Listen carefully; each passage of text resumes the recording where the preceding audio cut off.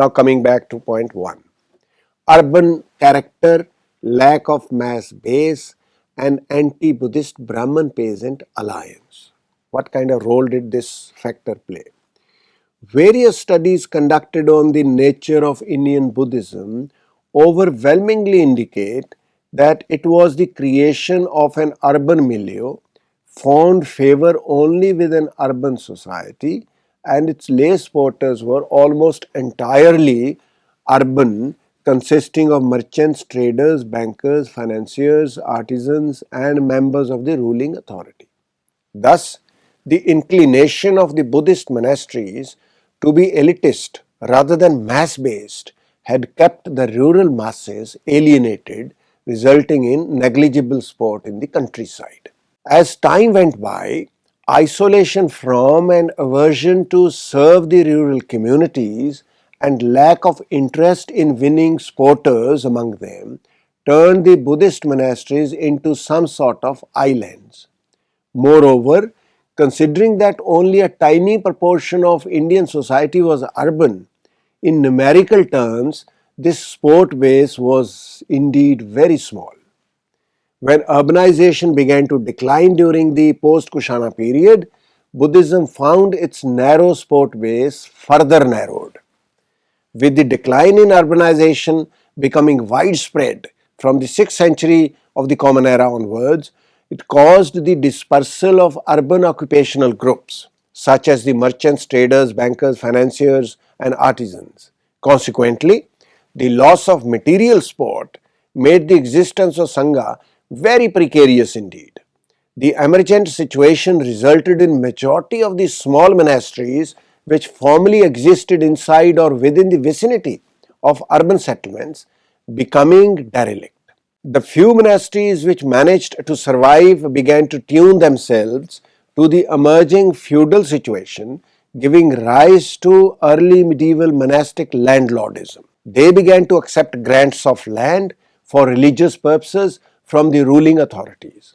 To sustain sport and compete with Brahmanical Hindu temples, Buddhism liberalized learning and opened the doors of its monasteries to secular education. Consequently, from the 5th century onwards, those monasteries began to grow out of their conventional character, where learning was made available to all seekers after knowledge, irrespective of religious or sectarian affiliations. One consequence of such a development was that now Buddhism began to make dangerously close calls on Brahmanical Hinduism.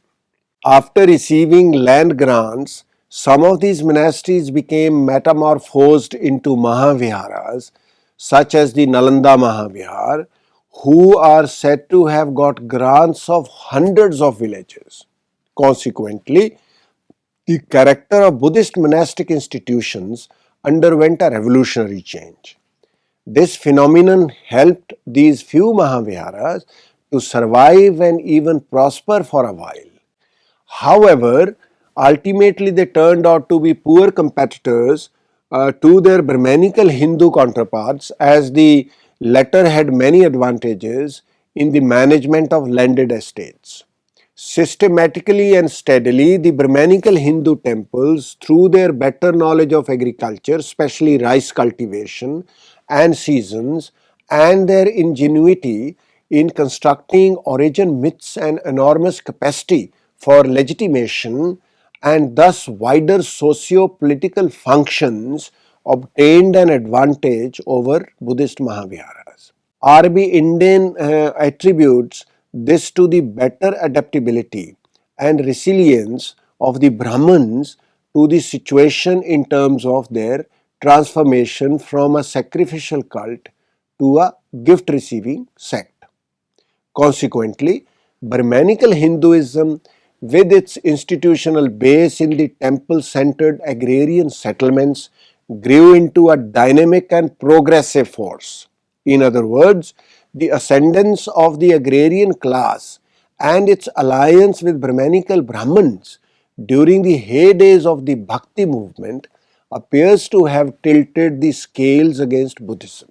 From the 8th century onwards, this advantage of the Bhakti-inspired Brahmanical priest alliance can be viewed as manifested in the shift of the royal patronage from Buddhism to Brahmanical Hindu sects. Thus, it is not improbable that the rivalry between the non-Vedic creeds and the Bhakti movement reflects, at least implicitly, the scramble for socio-political dominance between the landowning classes and the mercantile communities. Number 2. Inalienable affiliation with and dependence upon mercantile communities for material support.